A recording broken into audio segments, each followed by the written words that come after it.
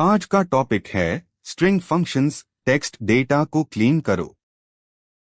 आज की वीडियो में हम सीखेंगे string functions intro, case formatting functions, trim extra spaces, left and right extraction, mid function extraction, len character count, merge text concatenate, find and search position. चलिए शुरू करते हैं। वेलकम बैक दोस्तों। डे 13 के इस सेकंड पार्ट में हम बात करेंगे स्ट्रिंग फंक्शंस के बारे में। डेटा साइंस में कहा जाता है कि एक डेटा एनालिस्ट अपना 80% वक्त डेटा क्लीनिंग में बिताता है और टेक्स्ट डेटा सबसे ज्यादा डर्टी होता है। कहीं एक्स्ट्रा स्पेसेस होते हैं तो कहीं केसेस इनकंसिस्टेंट होते हैं, जैसे कोई नाम कैपिटल में है तो कोई स्मॉल में। आज हम सीखेंगे कि कैसे इन सभी प्रॉब्लम्स को स्ट्रिंग फंक्शंस की मदद से चुटकियों में ठीक किया जाए। हम ट्रिम, प्रॉपर, लेफ्ट, राइट और सब्स्टिट्यूट जैसे अमेजिंग टूल्स को डिटेल में कवर करेंगे। चलिए शुरू करते हैं। सबसे पहले हम सीखेंगे टेक्स्ट के केसेस को हैंडल करना। एक्सेल में 3 मेन फंक्शंस होते हैं, अपर, लोअर और प्रॉपर। अपर फंक्शन आपके सारे टेक्स्ट को कैपिटल लेटर्स में कन्वर्ट कर देता है। लोअर फंक्शन सारे टेक्स्ट को स्मॉल लेटर्स में बदल देता है। और मेरा फेवरेट प्रॉपर फंक्शन हर वर्ड के पहले लेटर को कैपिटल और बाकी को स्मॉल करता है, जो कि नेम्स और एड्रेसेस के लिए एकदम परफेक्ट फॉर्मेट है। अगर आपके पास रॉ कस्टमर नेम्स का डेटा है जो बहुत ही गंदे तरीके से टाइप्ड है, तो प्रॉपर फंक्शन आपका सबसे बड़ा दोस्त है। डेटा एंट्री के वक्त लोग अक्सर गलती से वर्ड्स के आगे, पीछे या बीच में एक्स्ट्रा स्पेसेस छोड़ देते हैं। ये एक्स्ट्रा स्पेसेस देखने में तो छोटी लगती है, लेकिन इनकी वजह से लुकअप और बाकी मैचिंग फॉर्मूलास फेल हो जाते हैं। इस प्रॉब्लम का एक ही इलाज है, ट्रिम फंक्शन। ट्रिम फंक्शन आपके टेक्स्ट के आगे और पीछे के सारे स्पेसेस को डिलीट कर देता है और बीच के मल्टीपल स्पेसेस को सिंगल स्पेस में बदल देता है। हमेशा याद रखिए, किसी भी टेक्स्ट डेटा पार एनालिसिस शुरू करने से पहले उस पे ट्रिम जरूर अप्लाई करें। अब बात करते हैं टेक्स्ट एक्सट्रैक्शन की। अगर आपको किसी सेल से लेफ्ट साइड से या राइट साइड से कुछ स्पेसिफिक कैरेक्टर्स निकलने हैं, तो हम लेफ्ट और राइट फंक्शंस का उसे करते हैं। लेफ्ट फंक्शन का सिंटैक है left bracket start, cell select कीजिए, कॉमा, और आपको जितने कैरेक्टर्स चाहिए उनका काउंट लिखिए। राइट फंक्शन भी बिल्कुल ऐसे ही काम करता है, बस ये राइट साइड यानी आखिर से कैरेक्टर्स एक्सट्रैक्ट करता है। ये तब काम आता है जब आपको प्रोडक्ट कोड से प्रीफिक्स या सफिक्स अलग करना हो, जैसे कंट्री कोड या स्टेट कोड। लेकिन क्या हो अगर आपको टेक्स्ट के ना तो शुरू से, ना आखिर से, बल्कि बीच से कुछ कैरेक्टर्स निकलने हो? इसके लिए हम उसे करते हैं मिड फंक्शन। मिड थोड़ा सा ध्यान से समझने वाला फंक्शन है। इसमें 3 आर्ग्यूमेंट्स होते हैं, पहले सेल सिलेक्शन, दूसरा स्टार्ट पोजीशन यानी किस कैरेक्टर नंबर से एक्सट्रैक्शन शुरू करना है, और तीसरा नंबर ऑफ कैरेक्टर्स यानी वहां से आगे कितने कैरेक्टर्स चाहिए। रियल लाइफ में जब आपके पास सीरियल नंबर्स होते हैं जिसमें बीच में प्रोडक्ट कैटेगरी कोड छिपा होता है, टैब मिड फंक्शन सबसे बेस्ट सॉल्यूशन बनता है। अगले इंपॉर्टेंट फंक्शन का नाम है ले यानी लेंथ। ये फंक्शन आपको बताता है कि किसी सेल में टोटल कितने कैरेक्टर्स हैं, इंक्लूडिंग स्पेसेस।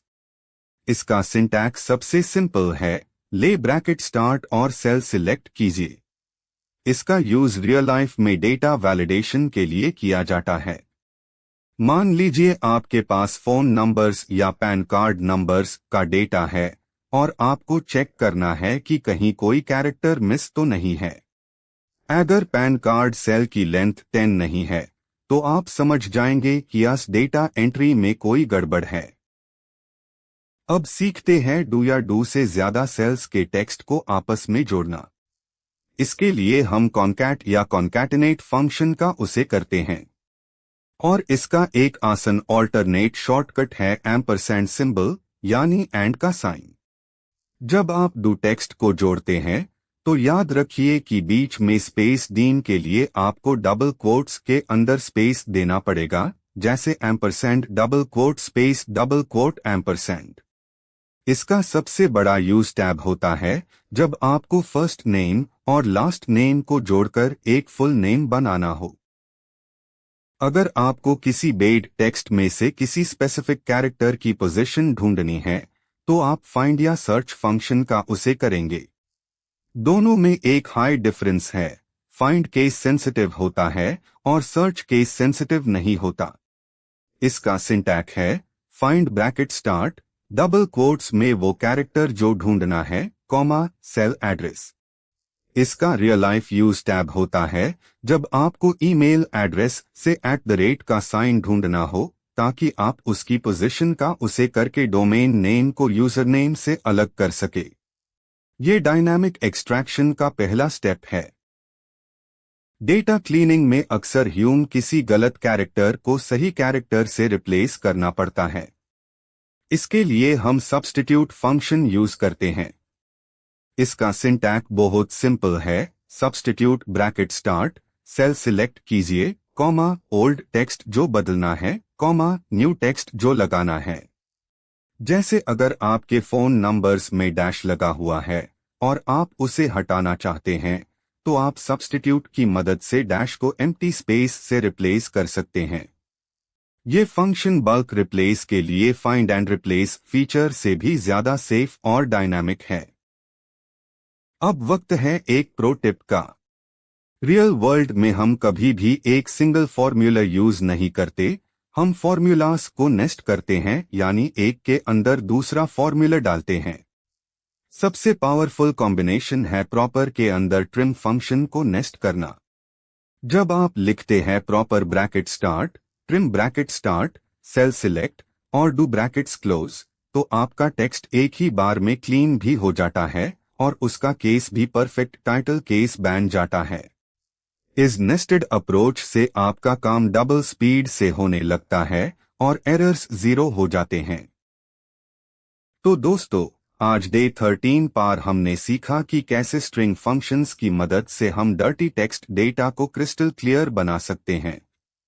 आज हमने केसेस नॉर्मलाइज करना, स्पेसेस हटाना, सबस्ट्रिंग एक्सट्रैक्ट करना और कैरेक्टर्स रिप्लेस करना सीखा।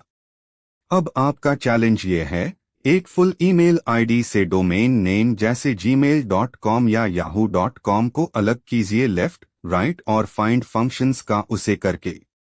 इस डायनामिक फॉर्मूला को ढूंढिए और कमेंट में शेयर कीजिए। कल डे 14 पर हम बात करेंगे लॉजिकल फंक्शंस के बारे में। वीडियो को लाइक कीजिए और डेटा सीखते रहिए।